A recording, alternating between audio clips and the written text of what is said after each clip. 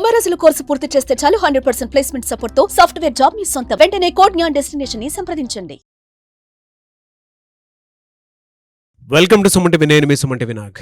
Pastor Praveen పగడాల గారు, ఆయన విషయంలో ఏం జరిగింది అంటే హైదరాబాద్ నుంచి రాజమండ్రి వరకు జరిగినటువంటి ఈ జర్నీలో ఏం జరిగింది? సో భిన్న అభిప్రాయాలు వ్యక్తపరుస్తూ ఉన్నారు. దీనికి సంబంధించి ఆల్రెడీ తెలుగు రాష్ట్రాల్లో ఉన్నటువంటి గవర్నమెంట్ కూడా స్పందించడం జరిగింది, పోలీసు వారు కూడా స్పందించడం జరిగింది. సో ఈ మధ్యకాలంలో ఏం జరిగింది అనేది ఈరోజు మనతో పాటు పూర్తి వివరాలకి హైకోర్టు అడ్వకేట్ అలగర్ రవీంద్రనాథ్ గారు ఉన్నారు. అది వారి మాట్లాడి తెలుసుకుందాం. Hello sir. హాయ్ అండి నాగరాజ్ గారు. ప్రవీణ్ పగడాల గారు, ఈయన విషయంలో జరిగింది ఏంటి సార్? అసలు అంటే హైదరాబాద్ నుంచి రాజమండ్రి వరకు జరిగినటువంటి జర్నీలో ఏమైంది? ప్రవీణ్ పగడాల గారి యొక్క హత్య జరిగిన తర్వాత దర్యాప్తు బృందాలు సేకరిస్తున్నాయి. క్లూస్ టీమ్స్ కావచ్చు, లేకపోతే ఫోరెన్సిక్ ఫింగర్ ప్రింట్స్ వాళ్ళు, అదేవిధంగా మనకి డాగ్ స్క్వాడ్స్ వారు, అన్ని రకాల వాళ్ళు కూడా రంగంలో దిగడం కూడా జరిగింది. అయితే హైదరాబాద్ నుండి ఆయన ఎందుకు చాగల్లో వెళ్ళారు, కొన్ని క్వశ్చన్స్ రైజ్ అవుతున్నాయి ఇక్కడ. ఆ క్వశ్చన్స్ ఏంటంటే కొన్ని క్వశ్చన్స్ నేను మీతో షేర్ చేసుకుంటాను నాగరాజ్ గారు. ఈయన ఏంటి అసలు ఎందుకు వెళ్లాల్సి వచ్చింది? నెంబర్ 1 క్వశ్చన్ సార్ ఇక్కడ. నెంబర్ 2, ఎవరు ఈయన ఇన్వైట్ చేశారు? చాగల్లో ఎందుకు ఈయనకి ఇన్వైట్ చేయాల్సి వచ్చింది? ఎవరు ఇన్వైట్ చేశారు? ఇక్కడ సంఘటన జరిగిన తర్వాత రాత్రి 11:30 కొవ్వూరు బ్రిడ్జ్ దాటినట్టు తెలుస్తుంది. హత్య జరిగిన టైంలో మనకి నేను ఎస్పీ గారు చెప్పేటువంటి విషయాల్లో ఆయనకు ఒక కీలకమైన విషయాలు చెప్పారు. ఆయన చెప్పిన విషయం ఏంటంటే, మార్నింగ్ జరిగిన తర్వాత ఉదయం 8:30-9 గంటల వరకు మా ఏఎస్ఐ గారు ఆ ప్రాంతంలో వెళ్తుండగా ఈ యొక్క దృశ్యాన్ని చూశారు. ఇమీడియట్గా ఏఎస్ఐ గారు చూసిన తర్వాత విఆర్ఓ గారికి ఇన్ఫార్మ్ చేశారు. విఆర్ఓ గారికి ఎందుకు ఇన్ఫార్మ్ చేశారంటే, అనుమానాస్పద అతని వ్యక్తి ఎవరో మనకు తెలియదు కాబట్టి యాజ్ పర్ లీగల్ సిస్టమ్స్ ప్రకారం ఫస్ట్గా ఇన్ఫార్మ్ చేసింది విఆర్ఓ గారు చెప్పారు. విఆర్ఓ గారు అదేవిధంగా ఏఎస్ఐ గారు ఇద్దరు కలిసి ఆ యొక్క సంఘటన స్థలానికి వెళ్ళారు. వెళ్ళిన తర్వాత అసలు అతను చనిపోయి ఉన్నారా లేదా బతికున్నారా తెలియాలంటే డాక్టర్ గారు ఇన్ఫార్మ్ చేయాలి కాబట్టి ఇమీడియట్గా గవర్నమెంట్ డాక్టర్ గారు చెప్పారు. డాక్టర్ గారు, VRO at the same time అందరూ కలిసి అక్కడికి వెళ్ళడం కూడా జరిగింది. దాని తర్వాత అక్కడ పక్కనే ఒక మొబైల్ ఫోన్ పడుంది.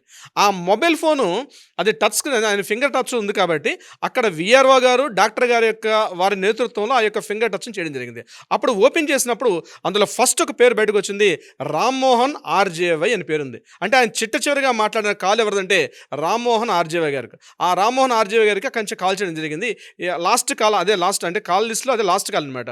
ఆయన చేస్తే ఎవరి రామ్మోహన్ ఆర్జేవై గారిని తెలిసింది ఏంటంటే, ఈయన ఎప్పుడైనా ప్రవీణ్ పగడాల గారు ముఖ్యంగా ఇలాంటి మీటింగ్స్కి రాజమండ్రి వచ్చేటప్పుడు ఈయనకి ఇక్కడ వసతి ఏర్పాటు అన్నీ కూడా ఏర్పాటు చేసేది ఈ రామ్మోహన్ ఆర్జేవై వాళ్ళ ఫ్యామిలీ వాళ్ళు.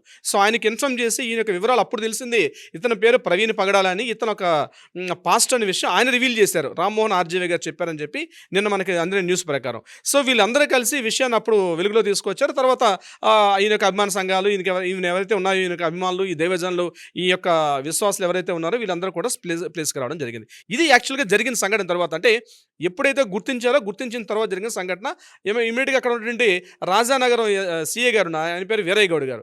వీరయ్య గౌడ్ అనేటువంటి సిఏ గారు ఇమీడియట్గా రావడం, దీన్ని పూర్తిగా అక్కడ పంచనామాలు చేసి అంటే బాడీని తీసుకొని గవర్నమెంట్ హాస్పిటల్కి హ్యాండ్ ఓవర్ చేయడం జరిగింది. అయితే ఇక్కడ పాయింట్ ఏంటంటే, రాత్రి అక్కడ సీసీటీవీ ఫుటేజ్కి వెళ్ళారు. ఎవరెవరు చేశారంటే, రాత్రి 11:30 లాస్ట్ సీసీటీవీ ఫుటేజ్ మనకు కనిపించింది. ఆ సీసీటీవీ ఫుటేజ్లో ఆయన ఆ టోల్ గేట్ దాటిన తర్వాత టోల్ గేట్ దగ్గర సీసీటీవీ ఫుటేజ్ ఆయన దాటుకుంటూ బ్రిడ్జ్ మీదకి ఎక్కుతున్నారు. అంటే 4వ బ్రిడ్జ్ అది, అంటే కొవ్వూరు నుంచి ఈ రాజనగరానికి వచ్చేటప్పుడు గోదావరి పైన ఉంటుంది లాస్ట్ వంతెన. అదే ఆ వంతెన దిగితే ఇంకా రాజనగరానికి వచ్చేస్తాం మనం. ఆ లాస్ట్ ప్లేస్లో ఆయన దాటుతున్నట్టు మెల్లగా టర్న్ చేసుకుంటూ వస్తున్నారు. అది చాలా స్లో మోషన్లో ఉంది. ఇంకొకటి ఏంటంటే, ఆయన హెడ్లైట్ ఆఫ్ అయి ఉంది. అక్కడ హెడ్లైట్ ఇండికేటర్స్ మాత్రం వెలుగుతున్నాయి తప్ప మెయిన్ హెడ్లైట్ మాత్రం ఆఫ్లో ఉంది. అవి లేదు, అది కూడా ప్లే చేయండి. సో ఆ హెడ్లైట్ ఆఫ్ అంటే, హెడ్లైట్ ఎందుకు ఆగుంది అంటే, ఆయన మీద ఏమైనా ముందుగా దాడి చేశారా, ఇంకా మార్గ మధ్యలో ఎక్కడైనా దాడి జరిగిందా, అంటే ఇది మృత లేకపోతే యాక్సిడెంట్ అని తెలియడానికి కొన్ని డౌట్స్ రైజ్ చేశారు. అందులో భాగంగా ఆయన హెడ్లైట్ అప్పటికే ఆఫ్ అయి ఉంది. హెడ్లైట్ ఆఫ్ అవ్వడం, నెంబర్ 2 ఏంటంటే ఆ వెహికల్ కూడా స్లో మోషన్లో వెళ్తుంది. అంటే ఫాస్ట్గా రావట్లేదు, మెల్లగా సైడ్ నుంచి తప్పించుకుంటూ వస్తున్న వీడియో చూసాం మనం. అంటే ఆయన ఏమైనా అంతకుముందు అటాక్ జరిగిందా, అదొకటి ఇంపార్టెంట్. మనకు తెలిసింటే రామ్మోహన్ ఆర్జేవై గారితో లాస్ట్ కాల్ మాట్లాడారు. దర్యాప్తు బృందాలు వాళ్ళ యొక్క ఇన్వెస్టిగేషన్లో భాగంగా బస్ ఈయన కూడా మళ్ళీ పిలిచి మాట్లాడతారు. అంటే హైదరాబాద్ నుంచి రాజమండ్రి వస్తున్న మార్గ మధ్యలో ఎవరెవరితో మాట్లాడారు, ఎవరెవరిని మీట్ అయ్యారు, ఇవి కూడా అందులో వస్తాయి మనకి. ఇకపోతే ఈయన మీద అటాక్ జరిగింది అనడానికి దృశ్యంగా అక్కడ కొన్ని బ్యాంబూ స్టిక్స్ ఉన్నాయి, కొన్ని వెదురు బొంగులు ఉన్నాయి. వాటి మీద అక్కడక్కడ రక్తపు చారికలు అయితే కొన్ని ఉన్నాయి. అక్కడ బహుశా ఈయన మీద ఏమైనా బ్యాంబూ స్టిక్స్ అటాక్ చేశారా అన్నట్టుగా కొన్ని డౌట్స్. అంటే ఇది హత్య అని చెప్పడానికి కొన్ని ఆధారాలు కనిపిస్తున్నాయి. కానీ ఎస్పీ గారు చెప్పడం ఏంటంటే దీని మీద మనం దర్యాప్తు చేస్తున్నామని. బట్ మనకందరికీ నేను చూస్తున్నట్టు ఆ వీడియో ఫుటేజ్ అవన్నీ చూస్తుంటే బ్యాంబూ స్టిక్స్ అయితే కొన్ని కనిపిస్తున్నాయి. దాని మీద కూడా కొన్ని రక్తపు చారికలు కూడా ఉన్నాయి.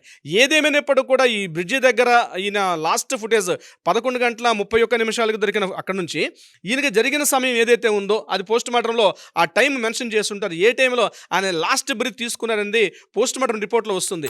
ఇన్ బిట్వీన్ ఈ గ్యాప్ 6 కిలోమీటర్ల 300 మీటర్లు సుమారుగా జరిగిన సంఘటనకి ఈ 6 కిలోమీటర్ల 300 మీటర్ల డిస్టెన్స్లో ఏమి జరిగింది, ఇక్కడ ఎవరెవరిని కలిసారు, అక్కడ సీసీటీవీ ఫుటేజ్ మనకు దొరకట్లేదు. ఇక ఉన్నటువంటి ఏకైక అవకాశం ఏంటంటే మొబైల్. ఆ మొబైల్ ఫోన్లో లాస్ట్ కాల్ మాట్లాడారు. ఇక ఇది కాకుండా ఇంకెవరైనా బెదిరించే ప్రయత్నం కానీ ఇంకేమైనా కాల్స్ మాట్లాడారా, ఇది కూడా ఇంపార్టెంట్. ఇక్కడ ఈయన జరిగిన సంఘటనలో వీళ్ళు కాకుండా 2-3 ఏమైనా ఉన్నటువంటి కాలు గుర్తులు చూస్తారు. ఇక్కడ పోస్ట్ మార్టం చేసేటప్పుడు అక్కడ ఏమైనా కాలు గుర్తున్నాయా, చేతి గుర్తున్నాయా, ఫింగర్ ప్రింట్స్, ఫోరెన్సిక్ నిపుణులు అందరూ కూడా. ఇంకొకటి ఏంటంటే ఆయన ఒక మాట అన్నారు, నేను ఎస్పీ గారు చెప్పిన మాట ఏంటంటే టెక్నాలజీ అద్భుతమైన టెక్నాలజీ ఉంది. మీరు ఊహించినటువంటి అద్భుతమైన టెక్నాలజీ మన రాష్ట్రంలో ఉంది, ఆంధ్రప్రదేశ్లో.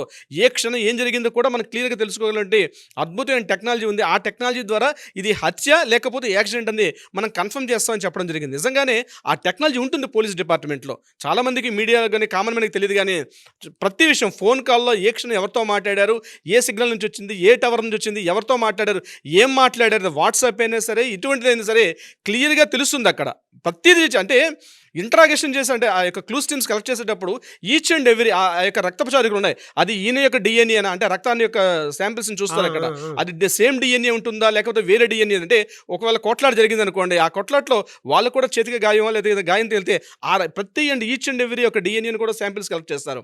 అంటే వేరే వాళ్ళ బ్లడ్ శాంపిల్స్ ఉన్నాయి అక్కడ ఉంటే అది ఎవరిదే ఉంటే అక్కడి నుంచి మొదలు పెడతారు క్లూస్. ఇది చాలా పెద్ద ప్రాసెస్ అండి. నేర పరిశోధన అన్నది అదొక పెద్ద సబ్జెక్ట్. క్రిమినాలజీలో ఉంటున్న సబ్జెక్ట్ ఏంటంటే నేర పరిశోధన అనేది చాలా పెద్ద వాషన్. అది ఆ యొక్క నిజంగా చేయాలనుకుంటే పోలీస్ డిపార్ట్మెంట్ వాళ్ళు చేయగలరు కూడా. అది నిజమా కాదని తేల్చి అద్భుతం టెక్నాలజీస్ వచ్చాయి. ఇంతకుముందు టెక్నాలజీ లేదు. ఈరోజు టెక్నాలజీ సహాయంతో కూడా అసలు నిజంగా జరిగిందా లేదా, అసలు ఏం అవకాశం లేకపోయినా కూడా శూన్యులోంచి కూడా పట్టుకొస్తారు మన పోలీస్ డిపార్ట్మెంట్ వాళ్ళు. అద్భుతం నిజంగా. ముఖ్యంగా వ్యవస్థ పనిచేస్తున్నటువంటి దర్యాప్తు బృందాలు కూడా అక్కడ ఉన్నటువంటి వ్యవస్థ కూడా. నేను ఎస్పీ గారిని మరొకసారి ఇప్పుడు ప్రతి వీడియోలో మనం చెప్తున్నాం, మరొక వీడియోలో కూడా అభినందించాల్సిన వస్తుంది. అటువంటి స్థాయి కలిగిన వ్యక్తులు అక్కడ ఉంటే దర్యాప్తు సక్రమంగా జరుగుతుంది. ఎందుకంటే ముఖ్యమంత్రి చంద్రబాబు నాయుడు గారు స్వయానా మాట్లాడడం జరిగింది. హోమ్ మినిస్టర్ అనిత గారు కూడా ఇది పూర్తిగా జరగాల్సిన దర్యాప్తు పూర్తిగా జరిపిస్తామని చెప్పి ప్రజలకు ఒక హామీ భరోసా కూడా ఇస్తున్నారు. ఏదేమైనప్పుడు కూడా డౌట్ఫుల్ ఏంటంటే ఆ కొవ్వూరు బ్రిడ్జి రాత్రి 11:31 జరిగిన సంఘటన నుంచి ఈయన ఎప్పుడైతే చనిపోయారో ఈ సంఘటన మధ్యలో ఏం జరిగిందని తెలిస్తే మొత్తం యొక్క స్టోరీ అంతా కూడా వెలుగులోకి వచ్చే అవకాశం ఉంటుంది. టోటల్ ఎంత సార్? 6 కిలోమీటర్స్ ఉండొచ్చు. 6 కిలోమీటర్ల 300 మీటర్లు అని చెప్తున్నారు సార్.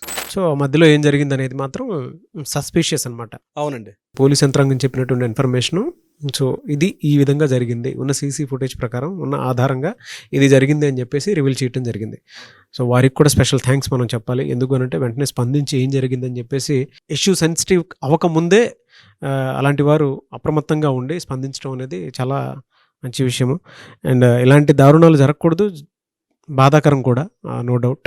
అండ్ మీరు ఇందాక చెప్పినట్లు టెక్నాలజీ కూడా అందుబాటులో ఉంది. త్వరితగతిన దీనికి కూడా ఒక రైట్ జస్టిస్ జరుగుతుందని మాత్రం భావిద్దాము. చాలామంది స్పందించడం కూడా జరిగింది. అండ్ మీరు మాట్లాడిన దాని ప్రకారం సార్ కాల్ డేటాను బట్టి కూడా కొంత విషయాలు సేకరించేటువంటి అవసరం ఉంది. ఏం జరిగింది, ఏంటి, అంతకుముందు ఎవరితో మాట్లాడారు, ఈ గ్యాప్లో ఏం జరిగి ఉంటుంది అనేటువంటిది. సో మీరు ఒక కీలక పర్సన్ పేరు కూడా చెప్పడం జరిగింది. ఆయన రాజమండ్రి ఎప్పుడు వెళ్ళినా కూడా ఆయనే వీటికి సంబంధించినటువంటి ప్రతి డేటాని చూసుకుంటూ ఉంటారు అని చెప్పి ఆ కన్వర్జేషన్. సో అక్కడ కన్వర్జేషన్ ఏం జరిగింది ఏంటి అనేది కూడా దాన్ని బట్టి కూడా కొంత తెలియాల్సినటువంటి అవసరం ఉంది. ఏదేమైనా ఏ విధంగా ఉంటుంది దీనిపై మాత్రం త్వరగా ఒక జడ్జిమెంట్ రావాలని మాత్రం కోరుకుందాం. అవునండి నాగరాజ్ గారు.